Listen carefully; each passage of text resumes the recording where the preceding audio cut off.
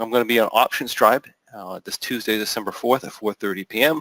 We'll be talking about the M21, and they're going to be doing a special promotion on that. So I believe, and don't quote me necessarily on this, but I believe they're doing a promotion on all the systems that lead up to the M21 as well, which is the M3, the Bearish Butterfly, and the Rock. And that's going to be a great offer there. And like I said, we'll talk to you about the M21 and taking your best shot. The M21, it's about adapting to the market.